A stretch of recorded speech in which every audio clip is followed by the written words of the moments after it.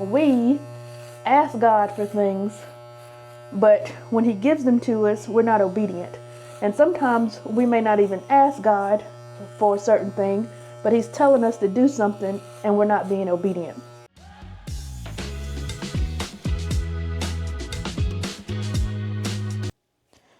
Today I want to talk about obedience. And when I say obedience, I'm talking about what just happened to me at the gym and a couple other things. So I was at the gym, 4th day this week, and I am excited because I feel like I am locked in. I am back on track. And so I went to the gym and I worked out. And as I was leaving out, they had this poster or this board up, whiteboard, and it said they had holiday specials for trainers, personal trainer sessions. And I used to have a personal trainer way back in the day. And it was the reason why I lost so much weight, and I was in the best shape of my life. I loved the way I looked. I loved the way I felt. And so my trainer got married and she quit. And so I kind of tried to do it on my own, tried to work out with a couple of other trainers, just really didn't work that well. And I'm going to shave my head today while I try and talk. I don't know. Hopefully this is not going to be too loud, but we'll see. If not, I'll just re-record it. But a lot of times people don't believe that I actually cut my own hair. It just saves me some time and some coins. However, back to what I was talking about. So when I was at the gym, they had this whiteboard and they were talking about personal trainer sessions. So I decided to inquire about the personal training sessions. So I went up to the front desk and I asked the lady, and she goes and gets the guy who I've talked to before, older gentleman, real nice guy. So he came up and he said, oh, the specials are pretty much what's on the board. You buy 3 sessions and you get 2 sessions free, and it's $180. Well, when I had my trainer before, it used to be you paid per month. And it averaged out about like $25 a session, depending on how many you got. They gave you a deeper discount. So I'm trying to do the math in my head. I'm like, that seems to be a lot. But you got to remember, this has been this has been longer than that. This is 24. That's probably been over 10 years ago. So I understand things go up. Well, I didn't have my wallet on me anyways. And I told him, I said, let me think about it. And so he said, have you gotten your 2 free sessions yet? And I was like, no. I said, I didn't know I got any. I've been at this gym since it was a trailer. Hadn't even been built yet. And this is their 3rd set of owners, or 3rd rebranding. I think this one's totally different owners. So anyways, he said, if you sign up, you'll get 2 free 1-hour sessions. And I said, okay. So I left. I said, let me think about it. And then so I left and I texted my old trainer and I was telling her about it. And then I said, I think I might do it. And she said, I think you should, because it'll help get you back on track, help you remember some of the exercises that you may have forgotten before. And then I also text my friend, Terica, who also used to work out at Gold's and had a trainer and all that stuff. And she's like, yeah, it sounds like a good idea to get yourself back on track. So I was like, okay, I'll go ahead and do it. And so I went to Publix to get a few things. And then I said, well, I'll just go tomorrow because I already did all 4 of my workouts for the week. And then I'll just go tomorrow because I still got to go out and get some stuff for my vision board. So I'll do that tomorrow. And then as I got right there at the light where the gym was, it dawned on me, Renata, millionaires take action now. Okay, and it's all about taking action and being obedient now. So I go in, I make the turn real quick, and I go back to the gym. The guy is actually walking out of the door. And I said, oh, are you leaving for today? If so, I can just come back tomorrow. And he's like, no, come on in. I was just going to let my dogs out. So I go in, and he says he wants me to work out with this lady named Winona, because I told him what I wanted was to lose weight and build muscle. And he said, well, I got the right person for you. And I'm the type person, y'all, I don't want to work out with anybody who doesn't look like what I want to look like. And I had already been eyeing 2 lady trainers at the gym already. And one put me in the mind of my old trainer when she was younger, like when she first started. And then the lady I got put me in the mind of an older version of the trainer that I used to have.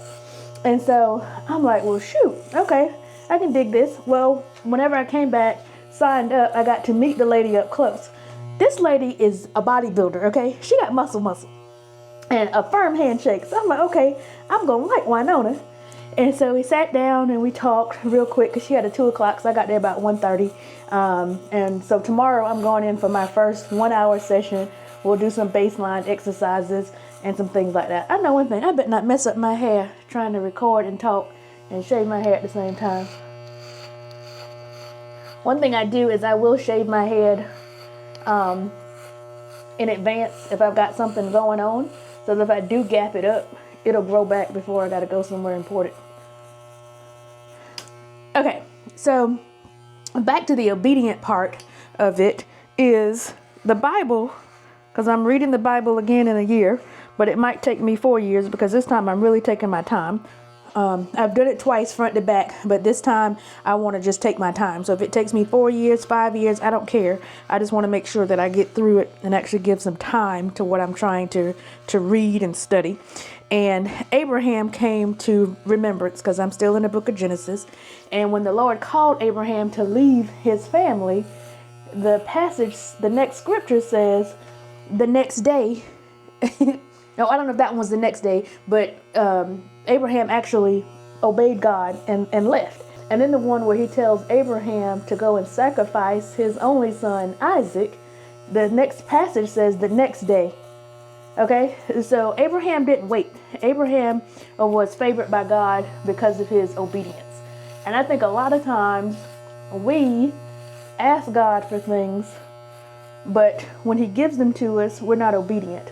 And sometimes we may not even ask God for a certain thing, but he's telling us to do something and we're not being obedient. And I think it's time for everybody to realize that if God told you to do something, you need to go do it. Quit piddle-peddling around. Quit trying to figure out, was it really God's voice?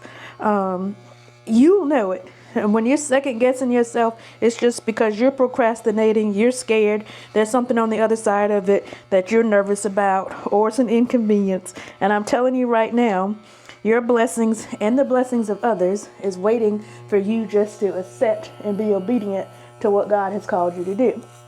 Now, the other thing that I am going to share is that I am convinced that I have been delivered from my love for alcohol. I say that because this past weekend, me and my mom and sister were in Danville, Virginia for the new casino that opened up. And y'all, I tried every which way I knew how to find me some good alcohol, some good wine, to enjoy the casino, get tipsy, enjoy myself, right? It was like the Lord was putting up every roadblock possible. The only place that had wine that I actually liked, Sauvignon Blanc, was outside at Gordon Ramsay's restaurant. So I would have had to walk outside of the casino part, across the hotel, still inside the hotel, but I would have had to walk over to Gordon Ramsay's place and get the wine that I wanted. Oh, I got this shot in.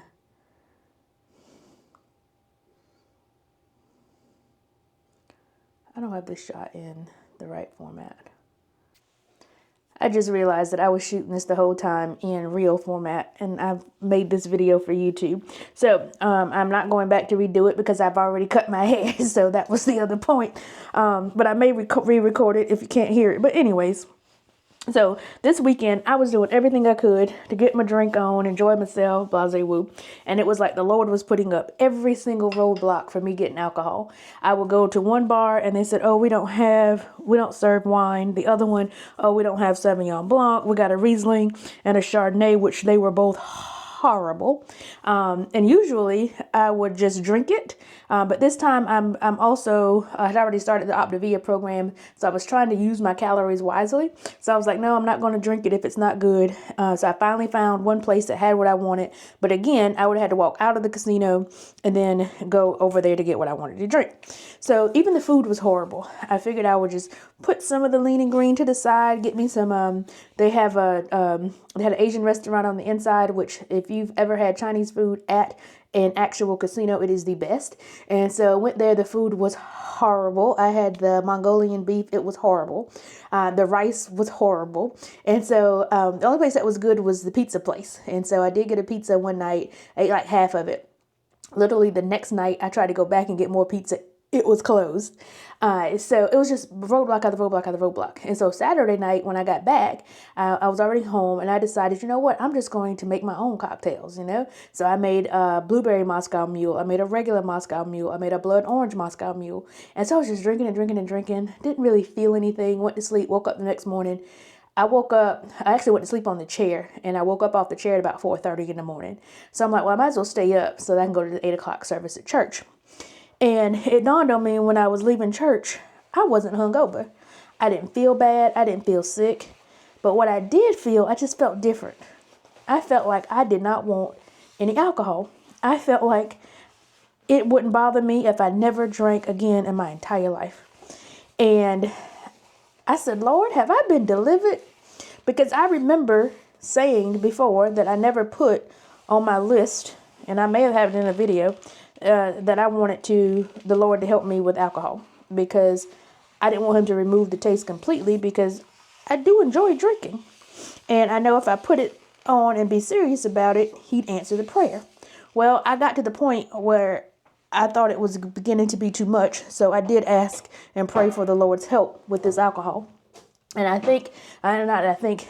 and I guess he said, well, Renata, I was trying to help you this weekend, but you just kept going right on around me.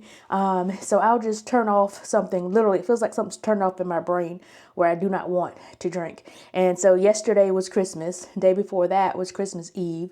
And so Sean was like, oh, I'll go to the store and grab some beer and we can drink for Christmas Eve. And I was like, I don't want it. And I literally did not drink over the holidays. I did not want it. I did not desire it, like nothing at all. And that's just totally unheard of for me altogether. And so I feel better. I just feel like I'm focused. I feel like I'm locked in. I am so excited about what the new year holds. And I just wanted to come on here and talk to you all about obedience. It is very important to be obedient. Okay, so whatever it is that you've asked God for, when he delivers it, when he shows it to you, don't hesitate. Don't be doubting Thomas. Don't have to put your fingers through the side and don't have to touch it. If you know you've already prayed for it, I promise you, when he drops it into your spirit, if you're really listening and you're really tuned in, you'll know that it is God telling you that this is confirmation. Now, check this out. My new trainer has the same last name as my old trainer, as her maiden name. And my new trainer is a retired horse trainer.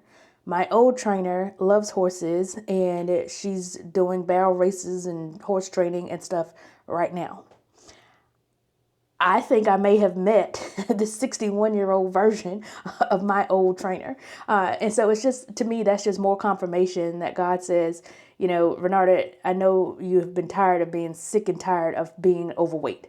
You're ready to get back to what you used to look like. You know that you can do it. You just need the help. I need the mindset. Like my mind, I know what I want physically, but my mind tells me it's going to be too hard, because it is going to be hard. I've been there. My mind tells me that I'm not going to be able to do it because now I'm 10, 15 years older than when I did it before. But I tell y'all, I am ready. I am locked in. I am focused. I'm almost scared of myself, how focused and locked in I am right now. So all of that just to say, be obedient.